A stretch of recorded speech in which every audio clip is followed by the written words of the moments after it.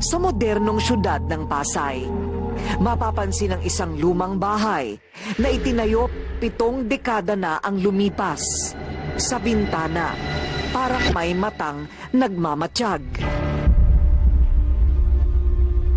Dito nakatira si Barbara.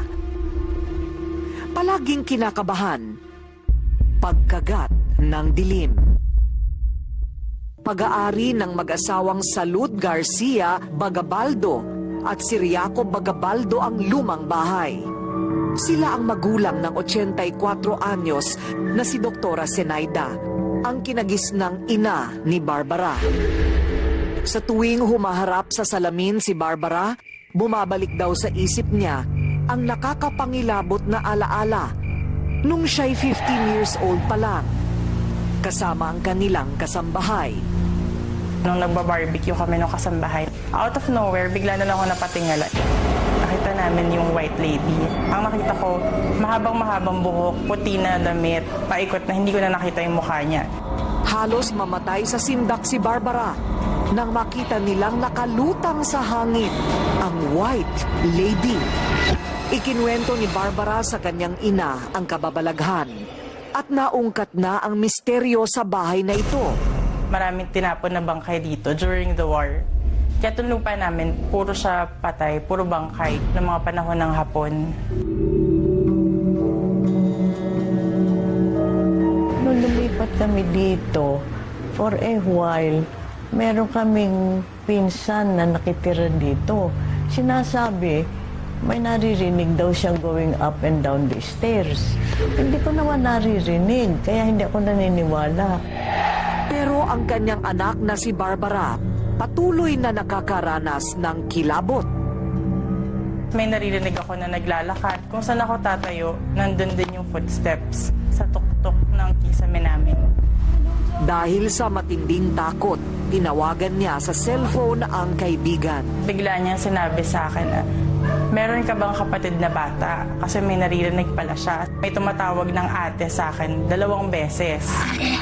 Sabi ko, walang mag-aate sa akin kasi wala namang bata dito. And wala namang akong kasama ng mga panahon na yon. Bigla siyang nanahimik. Wala namang bata dito! Nang maputol ang usapan nila sa telepono, bigla siyang napalingon.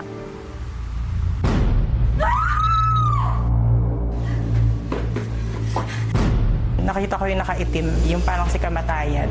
Kaya tumakbo na ako papunta sa kwarto ng daddy ko. Nanginginig, nagdasal na lang ako. Kinaumagahan tahimik si Barbara, parang walang nangyari. 2016, nagpa-despedida kasi ako noon. Kala ko kasi lilipat na ako ng Cebu for work. Pagkatapos na mag-inuman ang kanyang mga kaibigan, nagpunta sila sa kusina, kung saan malapit ang CR. Bakit? Bakit may nakita ko? Ha? Hindi natuloy sa kanyang trabaho si Barbara sa Cebu at hindi niya naman talaga kayang iwan ang kanyang nanay sa lumang bahay. Pero ang kanilang kasambahay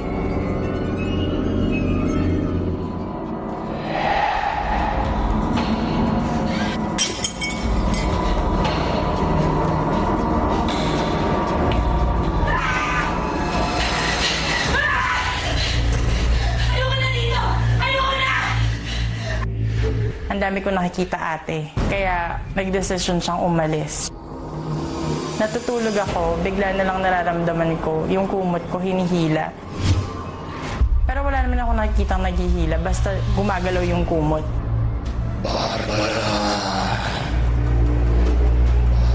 Bigla na lang meron ako narinig na boses, tinawag yung pangalan ko. Pero yung tunog ng boses niya, parang demonyo. Barbara, pero nakakatakot yung boses niya. kailan lang ay pinatingnan ng mag-inang Zenaida at Barbara ang kanilang lumang bahay sa isang pari at eksperto sa paranormal. At nagsagawa sila ng isang nakakapangilabot na ritual para palayasin ang mga espiritong pinaniniwalaan nilang naghahasik ng lagim. Sinamahan ng Rated K ang paranormal expert na si Stargazer. Sa second floor ng bahay, bigla na lang nahagip ng kamera ang isang malaking anino.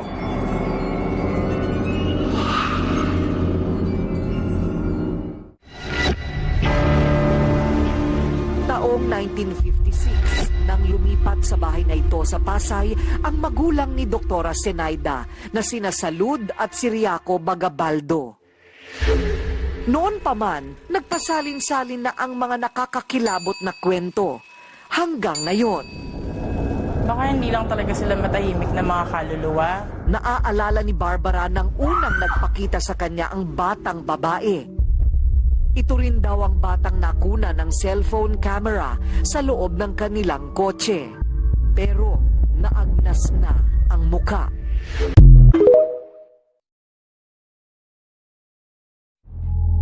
Sa modernong syudad ng Pasay, mapapansin ang isang lumang bahay na itinayo 7 dekada na ang lumipas. Sa bintana, parang may matang nagmamatsyag. Dito nakatira si Barbara. Palaging kinakabahan, pagkagat ng dilim. Pag-aari ng mag-asawang Salud Garcia Bagabaldo at Ciriaco Bagabaldo ang lumang bahay. Sila ang magulang ng 84 anyos na si Doktora Zenaida, ang kinagisnang ina ni Barbara. Sa tuwing humaharap sa salamin si Barbara, bumabalik daw sa isip niya ang nakakapangilabot na alaala nung siya'y 15 years old pa lang, kasama ang kanilang kasambahay. Nung nagba-barbecue kami nung kasambahay, out of nowhere, bigla na lang ako napatingala. Nakita namin yung white lady. Ang nakita ko, mahabang-mahabang buhok, puti na damit, paikot na hindi ko na nakita yung mukha niya. Halos mamatay sa sindak si Barbara nang makita nilang nakalutang sa hangin ang white lady. Ikinwento ni Barbara sa kanyang ina ang kababalaghan at naungkat na ang misteryo sa bahay na ito. Maraming tinapon na bangkay dito during the war. Kaya itong lupa namin, puro siya patay, puro bangkay ng mga panahon ng Hapon. Nung lumipat kami dito, for a while, meron kaming pinsan na nakitira dito. Sinasabi, may naririnig daw siyang going up and down the stairs. Hindi ko naman naririnig, kaya hindi ako naniniwala. Pero ang kanyang anak na si Barbara, patuloy na nakakaranas ng kilabot. May naririnig ako na naglalakad. Kung saan ako tatayo, nandun din yung footsteps sa tuktok ng kisame namin. Dahil sa matinding takot, tinawagan niya sa cellphone ang kaibigan. Bigla niya sinabi sa akin na, meron ka bang kapatid na bata? Kasi may naririnig pala siya. May tumatawag ng ate sa akin 2 beses. Sabi ko, walang mag-aate sa akin kasi wala namang bata dito. And wala namang akong kasama ng mga panahon na yon. Bigla siyang nanahimik. Wala namang bata dito! Nang maputol ang usapan nila sa telepono, bigla siyang napalingon.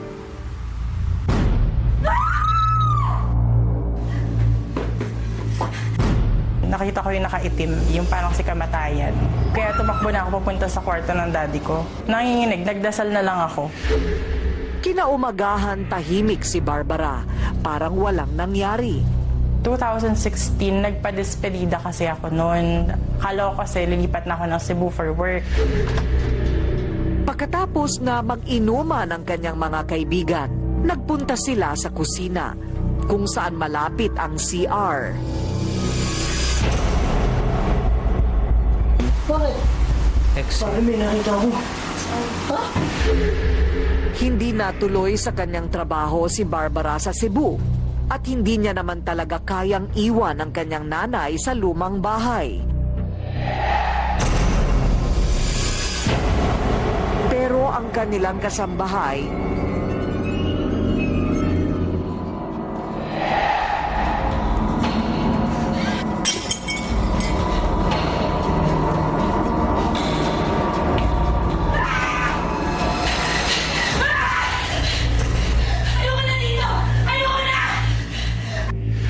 Ang dami ko nakikita ate. Kaya nagdesisyon siyang umalis.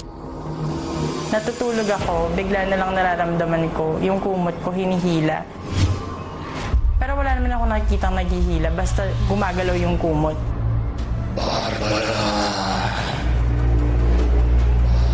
Bigla na lang meron ako narinig na boses, tinawag yung pangalan ko. Pero yung tunog ng boses niya parang demonyo. Barbara, pero nakakatakot yung boses niya. Kailan lang ay pinatingnan ng mag-inang Zenaida at Barbara ang kanilang lumang bahay sa isang pari at eksperto sa paranormal. At nagsagawa sila ng isang nakakapangilabot na ritual para palayasin ang mga espiritong pinaniniwalaan nilang naghahasik ng lagim. Sinamahan ng Rated K ang paranormal expert na si Stargazer. Sa second floor ng bahay, bigla na lang nahagip ng kamera ang isang malaking anino.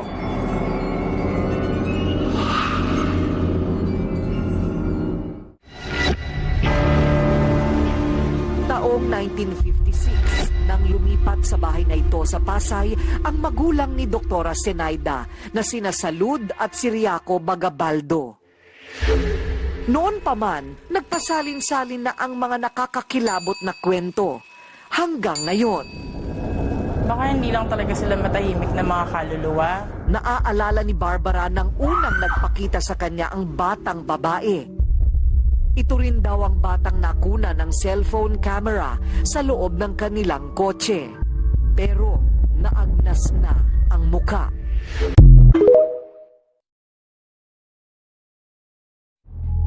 Sa modernong syudad ng Pasay, mapapansin ang isang lumang bahay na itinayo 7 dekada na ang lumipas. Sa bintana, parang may matang nagmamatiyag. Dito nakatira si Barbara.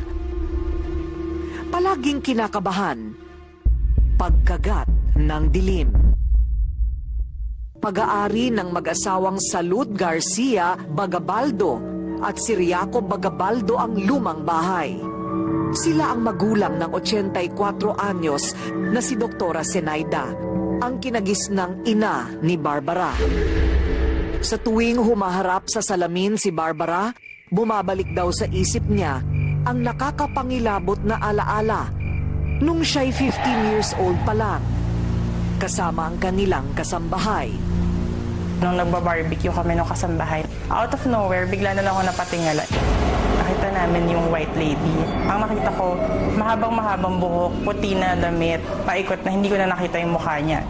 Halos mamatay sa sindak si Barbara nang makita nilang nakalutang sa hangin ang white lady. Ikinuwento ni Barbara sa kanyang ina ang kababalaghan at naungkat na ang misteryo sa bahay na ito. Maraming tinapon na bangkay dito during the war. Kaya itong lupa namin, puro siya patay, puro bangkay ng mga panahon ng Hapon.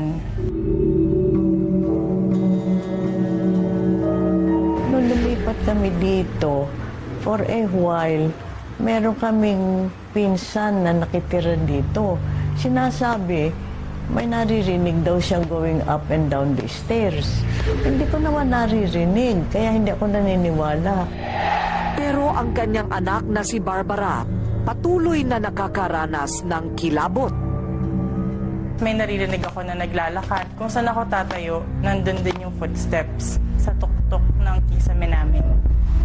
Dahil sa matinding takot, tinawagan niya sa cellphone ang kaibigan. Bigla niya sinabi sa akin na, meron ka bang kapatid na bata? Kasi may naririnig pala siya. May tumatawag ng ate sa akin 2 beses. Sabi ko, walang mag-aate sa akin kasi wala namang bata dito. And wala namang akong kasama ng mga panahon na yun. Bigla siyang nanahimik. Wala namang bata dito! Nang maputol ang usapan nila sa telepono, bigla siyang napalingon.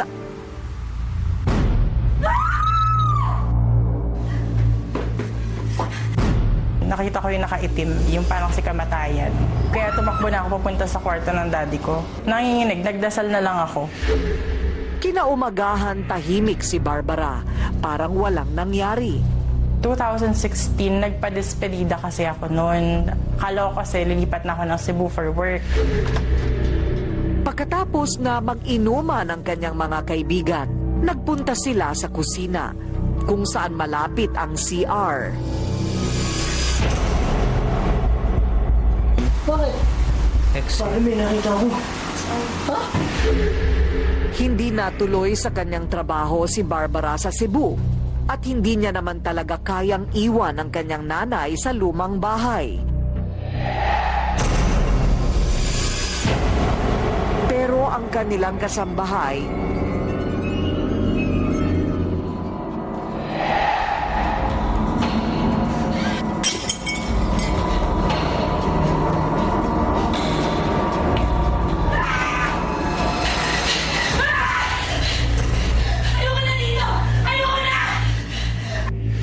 Ang dami ko nakikita ate, kaya nag-decision siyang umalis. Natutulog ako, bigla na lang nararamdaman ko, yung kumot ko hinihila. Pero wala naman ako nakikitang naghihila, basta gumagalaw yung kumot.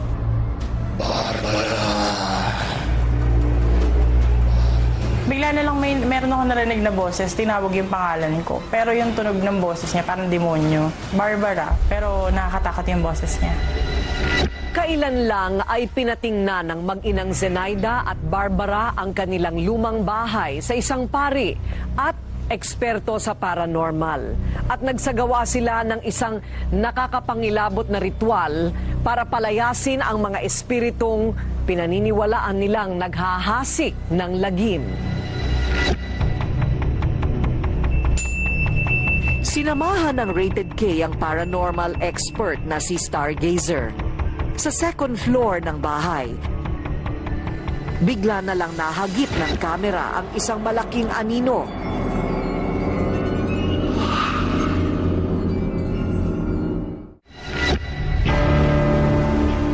Taong 1956, nang lumipat sa bahay na ito sa Pasay ang magulang ni Doktora Zenaida na sina Salud at Ciriaco Bagabaldo.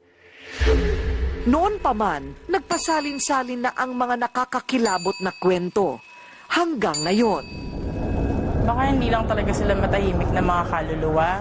Naaalala ni Barbara nang unang nagpakita sa kanya ang batang babae.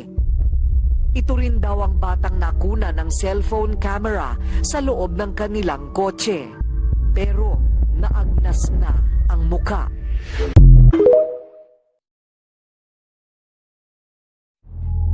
Sa modernong syudad ng Pasay, mapapansin ang isang lumang bahay na itinayo 7 dekada na ang lumipas. Sa bintana, parang may matang nagmamatsyag. Dito nakatira si Barbara. Palaging kinakabahan, pagkagat ng dilim.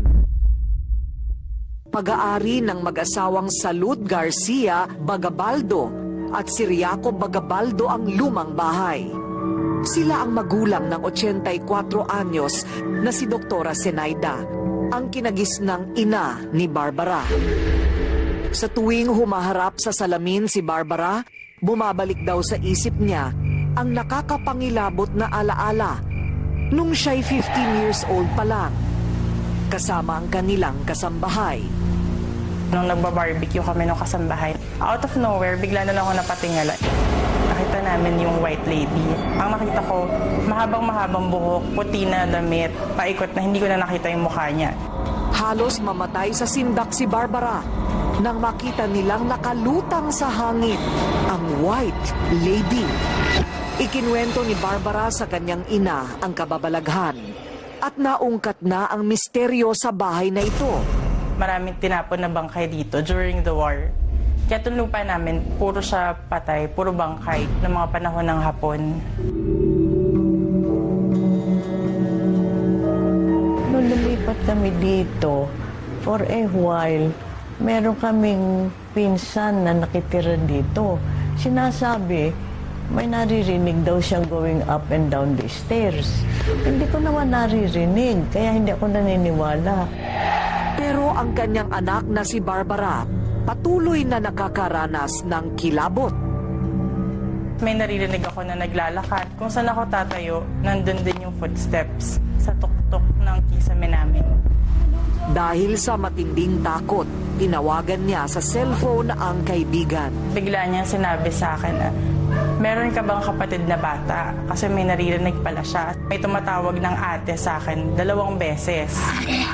Sabi ko, walang mag-aate sa akin kasi wala namang bata dito. And wala namang akong kasama ng mga panahon na yon. Bigla siyang nanahimik. Wala namang bata dito! Nang maputol ang usapan nila sa telepono, bigla siyang napalingon.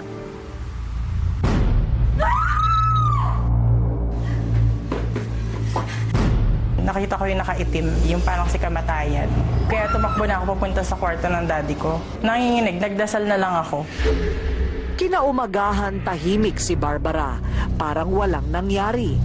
2016, nagpa-despedida kasi ako noon. Kala ko kasi lilipat na ako ng Cebu for work.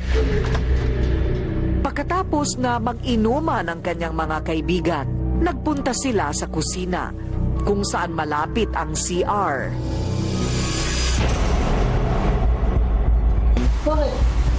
Bakit may nakita ko? Hindi natuloy sa kanyang trabaho si Barbara sa Cebu at hindi niya naman talaga kayang iwan ang kanyang nanay sa lumang bahay. Pero ang kanilang kasambahay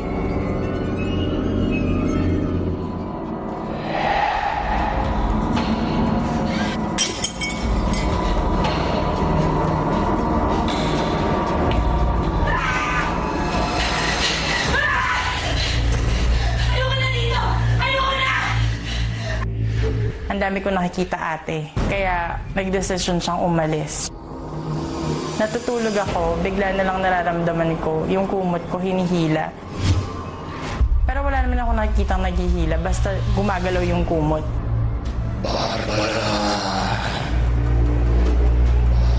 Bigla na lang meron ako narinig na boses, tinawag yung pangalan ko. Pero yung tunog ng boses niya, parang demonyo. Barbara, pero nakakatakot yung boses niya.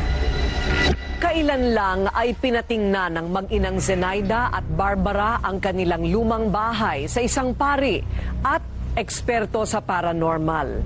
At nagsagawa sila ng isang nakakapangilabot na ritual para palayasin ang mga espiritong pinaniniwalaan nilang naghahasik ng lagim. Sinamahan ng Rated K ang paranormal expert na si Stargazer. Sa second floor ng bahay, bigla na lang nahagip ng kamera ang isang malaking anino.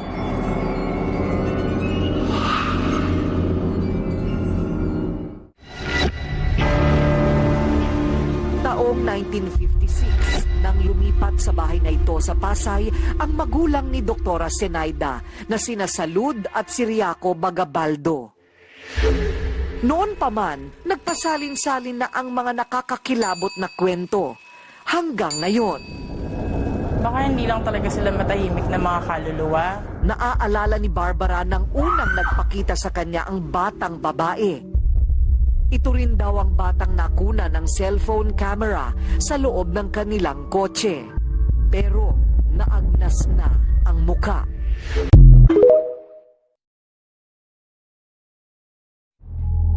Sa modernong syudad ng Pasay, mapapansin ang isang lumang bahay na itinayo 7 dekada na ang lumipas.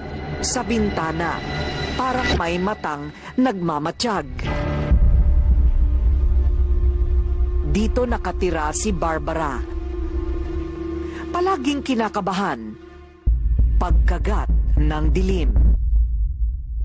Pag-aari ng mag-asawang Salud Garcia Bagabaldo at Ciriaco Bagabaldo ang lumang bahay. Sila ang magulang ng 84 anyos na si Doktora Zenaida, ang kinagisnang ina ni Barbara. Sa tuwing humaharap sa salamin si Barbara, bumabalik daw sa isip niya ang nakakapangilabot na alaala nung siya'y 15 years old pa lang, kasama ang kanilang kasambahay. Nung nagba-barbecue kami nung kasambahay, out of nowhere, bigla na lang ako napatingala. nakita namin yung white lady. Ang nakita ko, mahabang buhok, puti na damit, paikot na hindi ko na nakita yung mukha niya. Halos mamatay sa sindak si Barbara nang makita nilang nakalutang sa hangin ang white lady. Ikinwento ni Barbara sa kanyang ina ang kababalaghan at naungkat na ang misteryo sa bahay na ito. Maraming tinapon na bangkay dito during the war. Kaya itong lupa namin, puro siya patay, puro bangkay ng mga panahon ng Hapon. Nung lumipat kami dito, for a while, meron kaming pinsan na nakitira dito. Sinasabi, may naririnig daw siyang going up and down the stairs.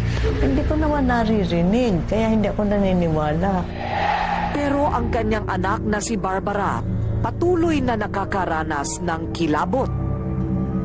May naririnig ako na naglalakad. Kung saan ako tatayo, nandun din yung footsteps sa tuktok ng kisame namin. Dahil sa matinding takot, tinawagan niya sa cellphone ang kaibigan. Bigla niya sinabi sa akin na, meron ka bang kapatid na bata?